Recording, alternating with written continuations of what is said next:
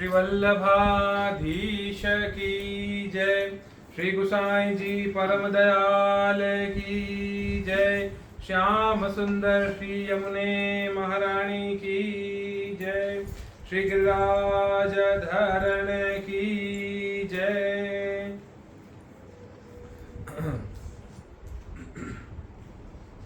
श्रीमद् भागवत पंचम स्कंद, आज से पांचवा स्कंद शुरू हो रहा है। आज हम पढ़ेंगे, शुरुआत करेंगे पांचवें स्कंद की पहले अध्याय में प्रिय व्रत का चरित्र। पिछला जो स्कंद था, चौथा स्कंद, वो हमने पूरा पढ़ लिया और अंत में जो भी हमने पढ़ा था वो राजा पृथु के बारे में, और जो लास्ट में हमने काल कन्या वगैरह के बारे में, प्रचेताओं के बारे में, ये सब बातें हमने पिछले वाले स्कंद में पढ़ी थी। आज हम शुरू करेंगे पांचवा स्कंद और पहला अध्याय, प्रिय व्रत चरित्र। राजा परीक्षित ने पूछा, मुने, महाराज प्रियव्रत तो बड़े भगवत भक्त और आत्माराम थे। उनकी गृहस्थाश्रम में कैसे रुचि हुई, जिसमें फंसने के कारण मनुष्य को अपने स्वरूप की विस्मृति होती है और वह कर्म बंधन में बंध जाता है। विप्रवर, निश्चय ही ऐसे निसंग महापुरुषों का इस प्रकार गृहस्थ आश्रम में अभिनिवेश होना उचित नहीं है। इसमें किसी प्रकार का संदेह नहीं कि जिनका चित्त पुण्य कीर्ति श्री हरि के चरणों की शीतल छाया का आश्रय लेकर शांत हो गया है, उन महापुरुषों की कुटुंब आदि में कभी आसक्ति नहीं हो सकती। ब्राह्मण, मुझे इस बात का बड़ा संदेह है कि महाराज प्रियव्रत ने स्त्री, घर और पुत्र आदि में आसक्त रहकर भी किस प्रकार सिद्धि प्राप्त कर ली, और क्यों कर उनकी भगवान श्री कृष्ण में अविचल भक्ति हुई। श्री सुखदेव जी ने कहा, राजन, तुम्हारा कथन बहुत ठीक है। जिनका चित्त पवित्र कीर्ति श्री हरि के परम मधुर चरण कमल मकरंद के रस में सराबोर हो गया है, वह किसी विघ्न बाधा के कारण रुकावट आ जाने पर भी भगवत भक्त परम हंसों के प्रिय श्री वासुदेव भगवान के कथा श्रवण रूपी परम कल्याणमय मार्ग को प्रायः छोड़ते नहीं हैं। राजन, राजकुमार प्रियव्रत बड़े भगवत भक्त थे। श्री नारद जी के चरणों की सेवा करने से उन्हें सहज में ही परमार्थ तत्व का बोध हो गया था। वे ब्रह्मसूत्र की दीक्षा निरंतर ब्रह्माभ्यास में जीवन बिताने का नियम लेने वाले ही थे कि उसी समय उनके पिता स्वयंभू मनु ने उन्हें पृथ्वी पालने के लिए शास्त्र में बताए हुए सभी श्रेष्ठ गुणों से पूर्णतया संपन्न देख राज्य शासन के लिए आज्ञा दे दी। किंतु प्रियव्रत अखंड समाधि योग के द्वारा अपनी सारी इंद्रियों और क्रियाओं को भगवान वासुदेव के चरणों में ही समर्पण कर चुके थे। अतः पिता की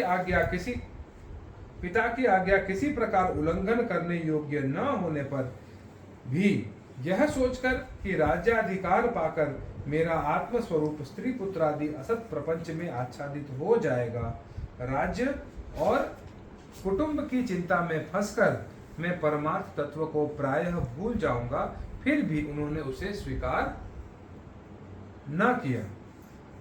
अच्छा, ये सब सोचकर उन्होंने उसका स्वीकार नहीं किया। आदिदेव स्वयंभू भगवान ब्रह्मा जी को निरंतर इस गुणमय प्रपंच की वृद्धि का ही विचार रहता है। वे सारे संसार के जीवों का अभिप्राय जानते रहते हैं। जब उन्होंने प्रियव्रत की ऐसी प्रवृत्ति देखी, तब वे मूर्तिमान चारों वेद और मरीचि आदि पार्षदों को साथ लिए अपने लोक से उतरे। आकाश में जहां तहां विमानों पर चढ़े हुए इंद्र आदि प्रधान देवताओं ने उनका पूजन किया तथा मार्ग में टोलियां बांधकर आए हुए सिद्ध, गंधर्व, साध्य, चारण और मुनिजन ने उनका स्तवन किया। इस प्रकार जगह जगह आदर सम्मान पाते वे साक्षात नक्षत्रनाथ चंद्रमा के समान गंधमादन की घाटी को प्रकाशित करते हुए प्रियव्रत के पास पहुंचे। प्रियव्रत को आत्मविद्या का उपदेश देने के लिए वहां नारद जी भी आए हुए थे। ब्रह्मा जी के वहां पहुंचने पर उनके वाहन हंस को देखकर देवर्षि नारद जान गए कि हमारे पिता भगवान ब्रह्मा जी पधारे हैं। अतः वे स्वयंभू मनु और प्रियव्रत के सहित तुरंत खड़े हो गए और सबने उनको हाथ जोड़कर प्रणाम किया। परीक्षित, नारद जी ने उनकी अनेक प्रकार से पूजा की और सुमधुर वचनों में उनके गुण और अवतार की उत्कृष्टता का वर्णन किया। तब आदि पुरुष भगवान ब्रह्मा जी ने प्रियव्रत की ओर मंद मुस्कान युक्त दया दृष्टि से देखते हुए इस प्रकार कहा। श्री ब्रह्मा जी ने कहा, बेटा, तुमसे सत्य सिद्धांत की बात करता हूं, ध्यान देकर सुनो। तुम्हें अप्रमेय श्री हरि के प्रति किसी प्रकार की दोष दृष्टि नहीं रखनी चाहिए। तुम ही क्या, हम, महादेव जी, तुम्हारे पिता स्वयंभू मनु और तुम्हारे गुरु ये महर्षि नारद भी विवश होकर उन्हीं की आज्ञा का पालन करते हैं। उनके विधान को कोई भी देहधारी न तो तप, विद्या, योग बल या बुद्धि से, न अर्थ या धर्म की शक्ति से और न स्वयं या किसी दूसरे की सहायता से ही टाल सकता है। प्रियवर, उसी अव्यक्त ईश्वर के दिए हुए शरीर को सब जीव जन्म, मरण, शोक, मोह, भय और सुख दुख का भोग करने तथा कर्म करने के लिए सदा धारण करते हैं। वत्स, जिस प्रकार रस्सी से नथा हुआ पशु मनुष्यों का बोझा ढोता है, उसी प्रकार परमात्मा की वेदवाणी रूप बड़ी रस्सी में सत्वादि गुण, सात्विक आदि कर्म और उनके ब्राह्मण आदि वाक्यों की मजबूत डोरी से जकड़े हुए हम सब लोग उन्हीं के इच्छानुसार कर्म में लगे रहते हैं और उसके द्वारा उनकी पूजा करते हैं। हमारे गुण और कर्मों के अनुसार प्रभु ने हमें जिस योनि में डाल दिया है, उसे स्वीकार करके वह जैसी व्यवस्था करते हैं, उसी के अनुसार हम सुख या दुख भोगते रहते हैं। हमें उनकी इच्छा का उसी प्रकार अनुसरण करना पड़ता है जैसे किसी अंधे को आंख वाले पुरुष का। मुक्त पुरुष भी प्रारब्ध का भोग करता हुआ भगवान की इच्छा के अनुसार अपने शरीर को धारण करता ही है। ठीक वैसे ही जैसे मनुष्य की निद्रा टूट जाने पर भी स्वप्न में अनुभव किए हुए पदार्थों का स्मरण होता है, इस अवस्था में भी उसको अभिमान नहीं होता और विषय वासना के जिन संस्कारों के कारण दूसरा जन्म होता है, उन्हें वह स्वीकार नहीं करता। जो पुरुष इंद्रियों के वशीभूत है, वह वन वन में विचरण करता है। वन वन में विचरण करता रहे तो भी उसे जन्म मरण का भय बना ही रहता है, क्योंकि बिना जीते हुए मन और इंद्रिय रूपी उसके 6 शत्रु कभी उसका पीछा नहीं छोड़ते। जो बुद्धिमान पुरुष इंद्रियों को जीतकर अपनी आत्मा में ही रमण करता है, उसका गृहस्थाश्रम भी क्या बिगाड़ सकता है। जिसे इन 6 शत्रुओं को जीतने की इच्छा हो, वह पहले घर में रहकर ही उनका अत्यंत निरोध करते हुए उन्हें अपने वश में करने का प्रयत्न करे। किले में सुरक्षित रहकर लड़ने वाला राजा अपने प्रबल शत्रुओं को भी जीत लेता है। फिर जब इन शत्रुओं का बल अत्यंत क्षीण हो जाए, तब विद्वान पुरुष इच्छा अनुसार विचर सकता है। तुम यद्यपि श्री कमलनाथ भगवान के चरण कमल की कली रूप किले के आश्रित रहकर इन 6 शत्रुओं को जीत चुके हो, तो भी पहले उन पुराण पुरुष के दिए हुए भोगों को भोगो। इसके बाद निसंग होकर अपने आत्म स्वरूप में स्थित हो जाना। श्री सुखदेव जी कहते हैं, जब त्रिलोकी के गुरु श्री ब्रह्मा जी ने इस प्रकार कहा, तो परम भागवत प्रियव्रत ने छोटे होने के कारण नम्रता से सिर झुका लिया और जो आज्ञा, ऐसा कहकर बड़े आदर पूर्वक उनका आदेश शिरोधार्य किया। तब स्वयंभू मनु ने प्रसन्न होकर भगवान ब्रह्मा जी की विधिवत पूजा की। इसके पश्चात वे मन और वाणी के अविषय अपने आश्रय तथा सर्व व्यवहारातीत पर ब्रह्म का चिंतन करते हुए अपने लोक को चले गए। इस समय प्रियव्रत और नारद जी सरल भाव से उनकी ओर देख रहे थे। मनु जी ने इस प्रकार ब्रह्मा जी की कृपा से अपना मनोरथ पूर्ण हो जाने पर देवर्षि नारद की आज्ञा से प्रियव्रत को संपूर्ण भूमंडल की रक्षा का भार सौंप दिया और स्वयं विषय रूपी विषैले जल से भरे हुए गृहस्थाश्रम रूपी दुस्तर जलाशय की भोगेच्छा से निवृत्त हो गए। अब पृथ्वीपति महाराज प्रियव्रत भगवान की इच्छा से राज्य शासन के कार्य में नियुक्त हुए, जो संपूर्ण जगत को बंधन से छुड़ाने में अत्यंत समर्थ हैं। उन आदि पुरुष श्री भगवान के चरण युगल का निरंतर ध्यान करते रहने से यद्यपि उनके राग आदि सभी मल नष्ट हो चुके थे और उनका हृदय भी अत्यंत शुद्ध था, तथापि बड़ों का मान रखने के लिए वे पृथ्वी का शासन करने लगे।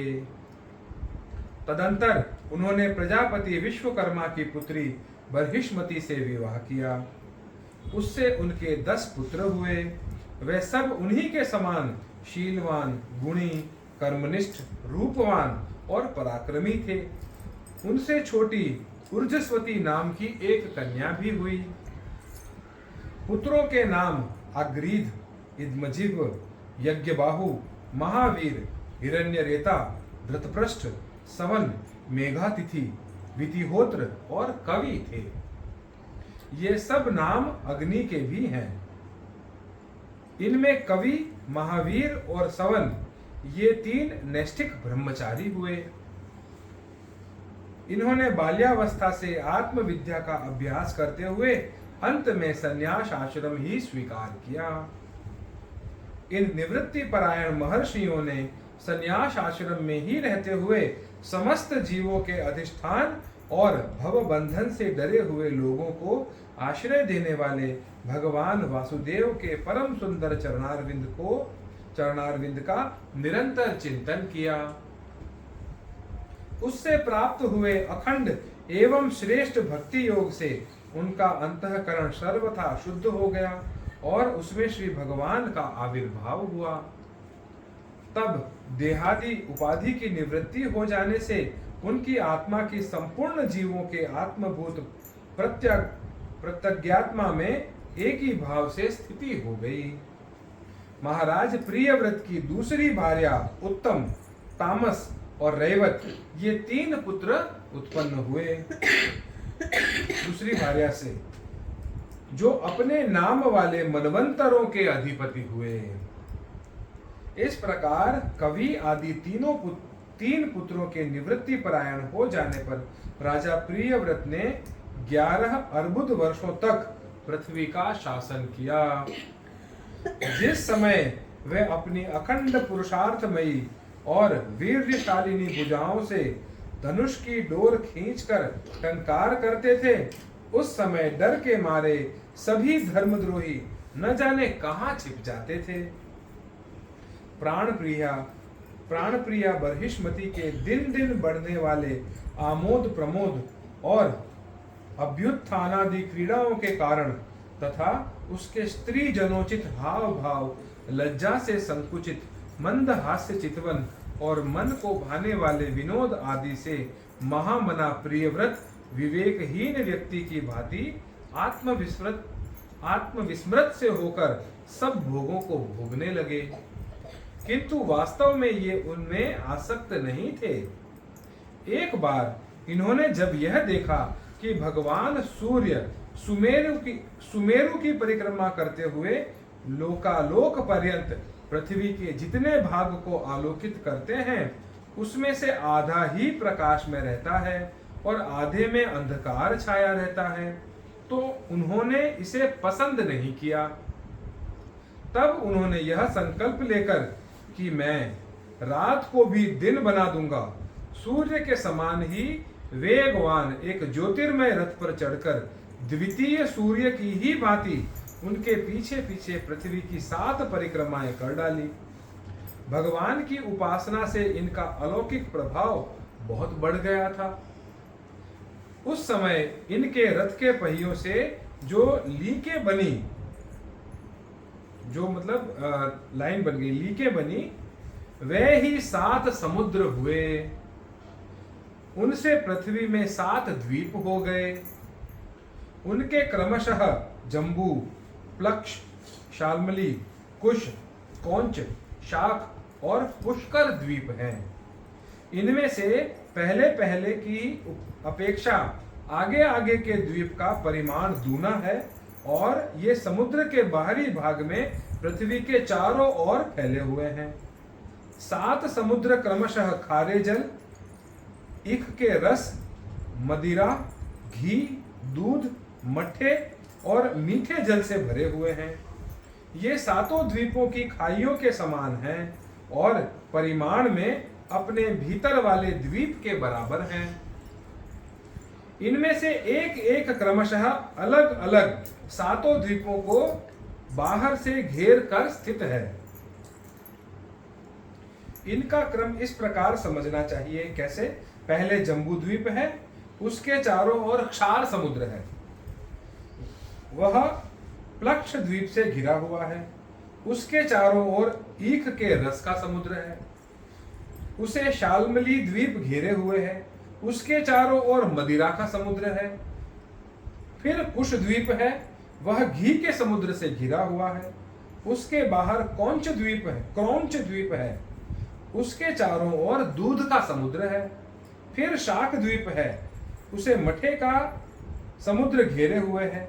उसके चारों ओर पुष्कर द्वीप है, वह मीठे जल के समुद्र से घिरा हुआ है। तो ये इस प्रकार चारों तरफ से घिरा हुआ है।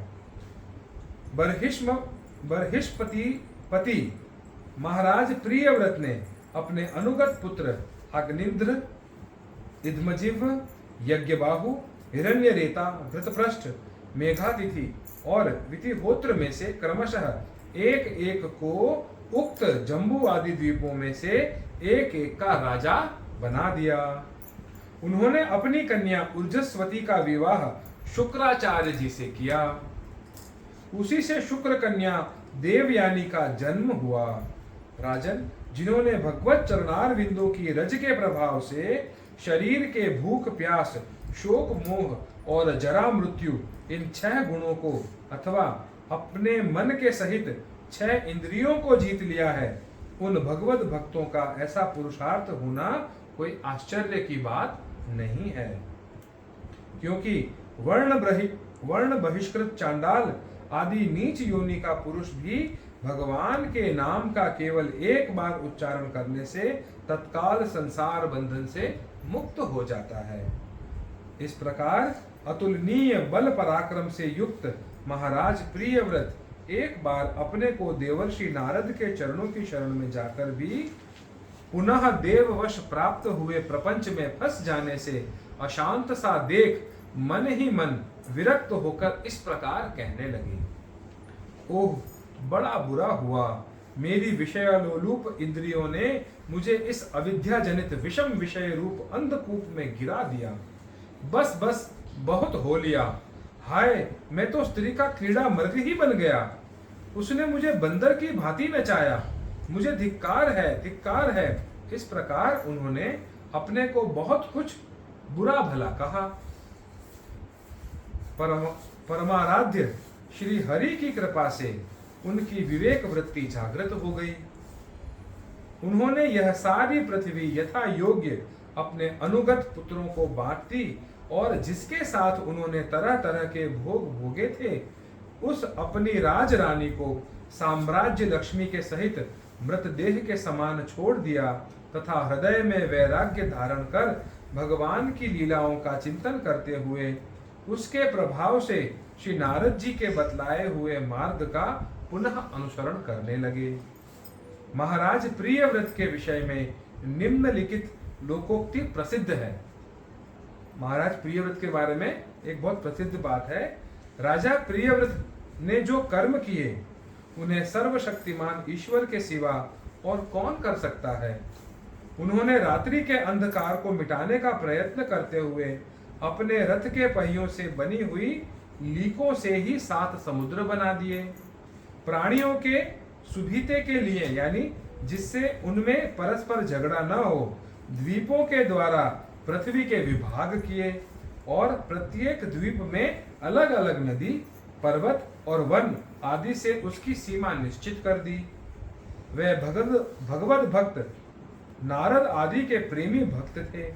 उन्होंने पाताल लोक के, देवलोक के, मर्त्य लोक के तथा कर्म और योग की शक्ति से प्राप्त हुए ऐश्वर्य को भी नरक तुल्य समझा था। इति श्रीमद्भागवते महापुराणे पारमहंस्यां संहितायां पंचम स्कंधे प्रिय व्रत विजये प्रथमोध्यायः। अगले अध्याय में यानी दूसरे अध्याय में हम पढ़ेंगे आग्निद्र का चरित्र। आग्निद्र कौन है? प्रियव्रत का प्रथम पुत्र। तो आग्निद्र का चरित्र, आग्निध्न का चरित्र हम अगले उसमें अध्याय में पढ़ेंगे। श्री वल्लभाधीश की जय। श्री गोसाई जी परम दयाल की जय। श्याम सुंदर श्री यमुने महारानी की जय। श्री गिरिराज धरण की जय।